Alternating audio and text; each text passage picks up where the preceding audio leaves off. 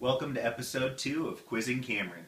This is my chance to go a little bit deeper with some of the questions that I field on Facebook, Twitter, through my blog and email, give you a little bit more. So if you're inspired with any questions that you'd like me to answer, then go ahead and reply to this video, shoot me an email, ask the question, but be sure to put hashtag Quizzing Cameron in it, because I'll be doing searches on social media for that for each of these episodes' content. So let's dive right in with our first question. It's from Shona.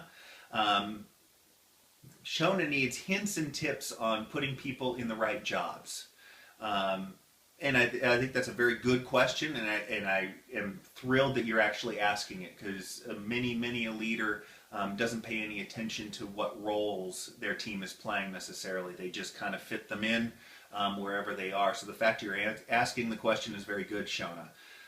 The first thing that you want to do when kind of taking a look at your team is write down what you think they are particularly great at and what role you think they can play in the organization. Just write it down on a sheet of paper so that you have your unbiased thoughts based on what you've observed as their leader as they've gone through their days. And then the next thing is flat out asking them what role they should play and what they want to learn and what they want to know about and where they think they can make the best impact. In some of those cases, those will match up. In many of those cases, those won't. What I often say is I'd rather give somebody a shot at doing something that they really want to do than try to pigeonhole them into what I think that they are good at. They might have abilities that they just simply haven't shown because of the role that they're in. So I like to say that they have kind of the 51% vote in that. Give them a try, set clear expectations as far as each of the roles is concerned, and then you can kind of transition from there and moving them in and out depending on success and how that's concerned. But figure it out for yourself what you think that they're great at, and then ask them what they think they'd like to try and what they think they're good at, and then kind of go from there. But I think that'll set you on the right course, Shona. So our second question comes from Heather. What advice do you have for confronting a supervisor or manager that does not support the timeline for progressing in your career? Good question. I like the go-getter attitude that you have.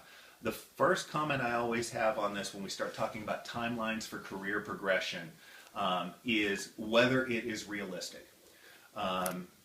Those of us that have been in leadership for a while have often hired that person straight out of college who assumes that they're going to be a vice president in the organization within 3 to 5 years. And that isn't realistic in most corporations. So you need to be realistic with where you're at. If you want that sort of career growth where you want to make leaps and bounds in a very short amount of time, you need to be in two places. You need to be in your own company where you can control it all and move up from there, or you need to be in a small company that is growing. A small company that is not growing doesn't help you at all. A small company that is growing will create those opportunities for your rapid growth. But with both of those come a significant amount of risk. There's always that risk reward, and unfortunately your career is no different. So there is a risk with that. But setting realistic timelines with your leader for where you can progress, what their thoughts are, and perhaps your leader is particularly jaded and doesn't think that there's going to be a lot of career growth, what have you, so you can take what they say with a grain of salt. But ask what that career progression might be. Is it moving from a line level to a supervisor role? Okay, well if there's 40 people at the line level and there's 3 supervisors, there's a lot of competition there, but is there any turnover in the supervisors? From supervisors to managers, from managers to directors, what is the availability of those positions within your organization? And then you can kind of see from there. I do always caution patience. I was in an organization for 4 years and then made 2 huge leaps up in the span of 6 months. So those things do happen. They're not always common, but it usually happens at a slower time frame than we would all like. The second kind of practical bit of advice that I give is to start small. If your leader is not giving you any sort of feedback as to what it would take to move into the next position, which is another thing that happens unfortunately with poor leaders, is they don't direct their people for job growth. Start with something small. Ask for something they think that you could do that the next role needs is from a character or skill perspective, and work on that with them. And then from that small thing, then you build into a larger thing and then a larger thing. The third bit of advice that I have is oftentimes it means jumping around. Somebody once told me that it's necessary to move to the top of the ladder, you have to switch ladders occasionally. And that may be between companies, that may be between departments, moving into leadership roles between departments. And so open yourself up for those opportunities and work towards those, because that can be the sort of sidestep up. But that's my advice for that particular one, Heather. So good luck to you. Jeannie writes in, what is your response to managers who use the silent treatment and never express to an employee one-on-one what they did wrong? My response is kind of, what do you do with that? Obviously, you have an extraordinarily poor leader who isn't very good at communicating. And quite frankly, I also chime that up. I'll go ahead and jump out on a limb and say that they don't give many people feedback, period. One of the reasons that a manager will not give you feedback is because they don't want to expend the effort of explaining why they're giving the particular feedback. It's just easier to be quiet, not give you anything to, inspire any questions or anything else. It's better to just let things go as they are. So it's most likely a weak leader. There are those instances, and the one track that I might take with this is when you sense that silent treatment because you did something wrong, or it was perceived that you did something wrong, perhaps you just have to let some time go by, and then you can kind of revisit it. That may be a few hours later, that may be a few days later, where you catch the manager at the right time, where they're open, they're talking about football from the weekend or what have you, and you can go ahead and just ask them, hey, what did I do wrong? A few days ago, I noticed something there. You can tell me. I'm fine with it, and try to be open with it. That might be one of the only ways to kind of solicit that out from them. They may be a good leader who was so irritated at what happened they just realized they needed to step away. But I have that feeling, based on your question, that this is not something that is occurring infrequently, and that it's not that they're coming back to you in another hour and telling you what it is. So try the delay and being open to it, but that's a tough one because you're in a tough spot with your manager. Nasa, if I'm saying the name right, asks, how do you not let your emotions get the better of you and end up in burnout? I hope that most people who are watching this, and I trust that most people that are watching this, are passionate about what they do, hence why you're reaching out and trying to learn more. And that passion is absolutely fantastic. I have that same sort of passion for what I do here and on a day-to-day basis. But that passion can have a downside, and that is that you're passionate about things and then things don't go the way that you want them to. Or you face more struggles than you're anticipating. And that can start kind of that cycle of burnout or excessive negativity, where you shut down, kind of like the last question where you give the silent treatment. You just go into quiet mode for an afternoon, a day, hopefully not too much longer than that, where you're just not feeling it because of what's gone on. And that stems from your passion. So it stems from a good place of wanting to do the right thing. One of the keys, and like I struggle with this sort of thing too, where I will have bad days and I will have tough moments. One of the things that I do is to know my triggers.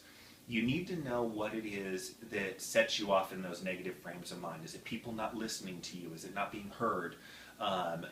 Is it failure? So that you can at least be aware of what it is that's going to put you in those negative frames of mind, or those places that you have challenges. Just think about where the starting point was for the last time that you had one of those moments, and that'll help set those triggers. Once you know where those triggers are, then you can start addressing it and getting on top of them. And I do want to talk about getting out of that mindset and trying to find ways of stopping it once you start going down that negative road. Stinking thinking is something that tends to feed on itself. And so you'll start with one bad thing, and all of a sudden by the end of the day you think you're the worst employee on the face of the earth. So you need to stop that and, find different ways to do that. A couple of ways that I deal with it is, I know my triggers. I know where, when things start going bad is I just get out of the office. It might be that, what, you take lunch out. You go to Starbucks for lunch. It may be that you go for a walk in the park.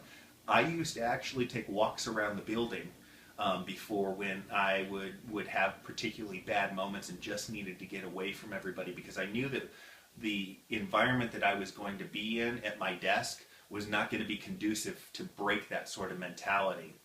And then the other thing that's important for all of us, especially those with that energy and that passion, is finding fun outside of work. This gets back to burnout questions as well. Find fun things to do. Sometimes if, we might work 10, 12 hours a day, but then we come home, we have dinner, and all we do is think about work, zoned out in front of the TV. Find ways, whether it's with friends, whether it's family, go catch a movie, catch a sporting event. Focus on having a little bit of fun out there, and that can create that other break that you have as far as letting that emotionality, it kind of balances you out so that when you do get emotional, something can tip the teeter-totter back to balance. That's kind of my great idea for you, Nace, on that. Next question's from Tanya. And the question is why is performance management and feedback important? One of the things that you will hear from me over and over again is that as leaders, you simply cannot communicate enough. And the building blocks of great management, leadership, great performance from your teams comes from performance feedback from your team. So you need to get clear on metrics, but most importantly, be meeting with your team on a regular basis. I can't stress this enough. If you're not meeting one-on-one with your team members on a weekly or bi-weekly basis at the latest, you're not getting the most out of them. And the reason is there's an extraordinary amount of misperceptions. You get more than 10 people together on a regular basis, there's going to be a crazy amount of misperceptions between all of them. But fundamentally, the misperceptions are, from an employee standpoint, what do I need to be doing to do my job? There are many employees who are substandard performers who honestly think that they are performing at a very high level and are exceptional. And it's a difficult conversation to bring them into reality, soften that as much as possible, but you have to have that conversation so that they know that they do need to work on this, and they know the specific areas that they need to work on because you will be telling them that. Those are the sort of building blocks that absolutely need to take place. And that flows the other way as well. You'll hear things in one-on-one reviews where you've fallen short from a leadership perspective as far as communication is concerned, performance, evaluations, that sort of thing. So you have that one-on-one, and that is really the basis for understanding in the department or organization that you're in, and that's what drives the performance. Josiah asks, what is the difference between a leader who is made versus one that is born? Josiah, it's a question that's out there. People write all kinds of long, drawn-out essays on it, and it's one of those ones that is almost a pet peeve of mine. My question to that is always, well, are architects made or are they born? Are engineers made or are they born? Well, I think that people are born to do anything, pretty much. However, some naturally have better strengths, a better background, a better support group for a certain particular trade. Leadership is a trade as much as anything else. I wish they taught more in school about being an effective leader. I think we'd have a lot less problems in our organizations. But I strongly believe that every single person on the face of the earth can be groomed for a leadership position. Now, some will naturally have the characteristics, the interest to be better at it than others, but all of them can be very, very good. So no, I think a leader leaders are made. They aren't born. Those exceptional, superior, unbelievable leaders, however, have the natural born innate traits. So that's my answer to that, and hopefully I never see that question again. Last question for today comes from Catherine. And I threw this in as a bonus question just to make everybody laugh, and that is, Do I have a questionnaire? Should I be in management? Um, I I assume that this is not for herself. If you have to ask the question, should I be in management? Then the answer is no. You shouldn't. If you have to ask that question, then you're not ready for it. However, I do suspect highly that Catherine is asking the question of whether I have something that she can slide under the door of her leader. And what I would strongly recommend is, well, I do not have one. I am sure that you could find one or create one all by your lonesome. But I have a feeling that most leaders who would receive that are not self-reflective enough to take that in a positive light, and it would not go over particularly well. So, no, I don't have a questionnaire for that. I don't think it's needed for those that are considering leadership positions, and those that already have it. Unless they come up with the questionnaire themselves, I probably wouldn't pass it along to them. So that ends it for today.